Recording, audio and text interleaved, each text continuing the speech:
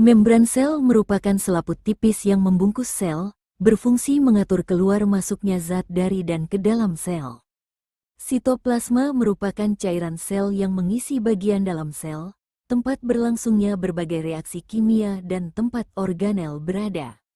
Nukleus adalah pusat pengendali aktivitas sel yang menyimpan informasi genetik, DNA, dan di dalamnya terdapat lagi membran inti merupakan pelindung nukleus, mengatur pertukaran zat antara inti dan sitoplasma. Pori inti merupakan lubang kecil untuk lalu lintas RNA dan protein. Nukleolus adalah tempat pembentukan ribosom. Nukleoplasma adalah cairan di dalam inti yang mengandung kromatin dan molekul penting. Ribosom adalah organel kecil yang berfungsi sebagai tempat sintesis protein. Retikulum endoplasma terbagi menjadi dua, yaitu retikulum endoplasma kasar yang permukaannya ditempeli ribosom, tempat sintesis protein, serta retikulum endoplasma halus tanpa ribosom, berfungsi untuk sintesis lipid, lemak, dan detoksifikasi racun. Badan Golgi yang merupakan tumpukan kantong pipih, berfungsi memodifikasi, mengemas, dan mengirim protein serta lipid ke bagian sel lain atau keluar sel. Vesikula sekretoris yang merupakan kantong kecil yang membawa zat hasil sintesis, misalnya enzim, hormon, protein dari badan Golgi keluar sel atau ke bagian lain dalam sel. Mitokondria disebut powerhouse of the cell, fungsinya menghasilkan energi melalui proses respirasi seluler. Lisosom, kantong berisi enzim pencerna, berfungsi untuk mencerna zat sisa, menghancurkan organel rusak, atau zat asing yang masuk ke dalam sel. Peroksisom, organel kecil yang berfungsi memecah asam lemak dan racun, serta menghasilkan enzim katalase untuk menguraikan hidrogen peroksida menjadi air dan oksigen. Sentriol adalah sepasang struktur berbentuk silinder kecil dalam sentrosom, membantu membentuk benang spindel saat pembelahan sel. Silia merupakan rambut-rambut halus di permukaan sel. Tidak semua sel hewan memilikinya, berfungsi untuk pergerakan sel atau menggerakkan zat di permukaan sel.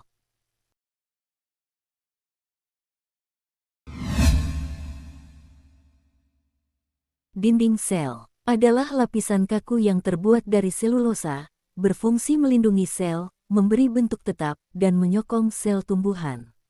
Membran sel merupakan selaput tipis di dalam dinding sel yang mengatur keluar masuknya zat dari dan ke dalam sel.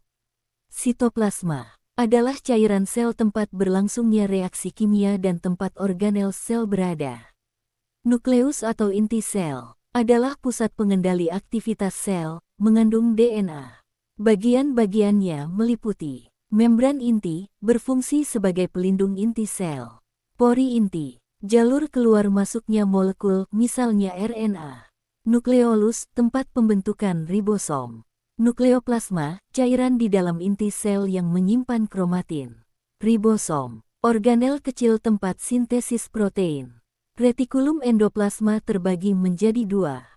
Retikulum etnoplasma kasar, permukaannya ditempeli ribosom, berfungsi dalam sintesis protein.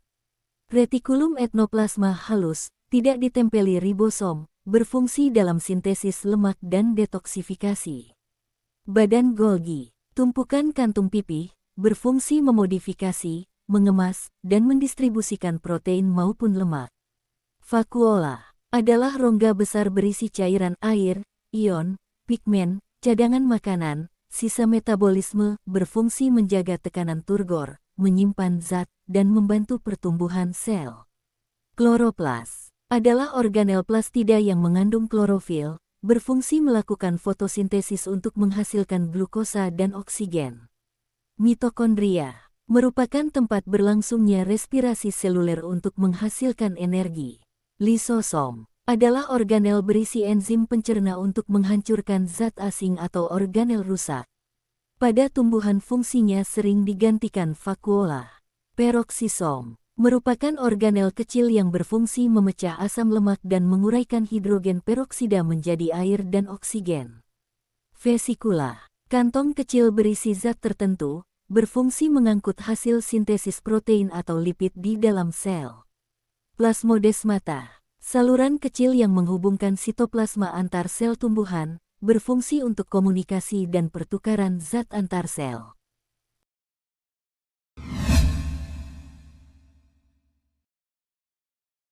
Sel hewan dan sel tumbuhan sama-sama memiliki organel penting seperti inti sel, mitokondria, ribosom, badan Golgi, dan retikulum endoplasma.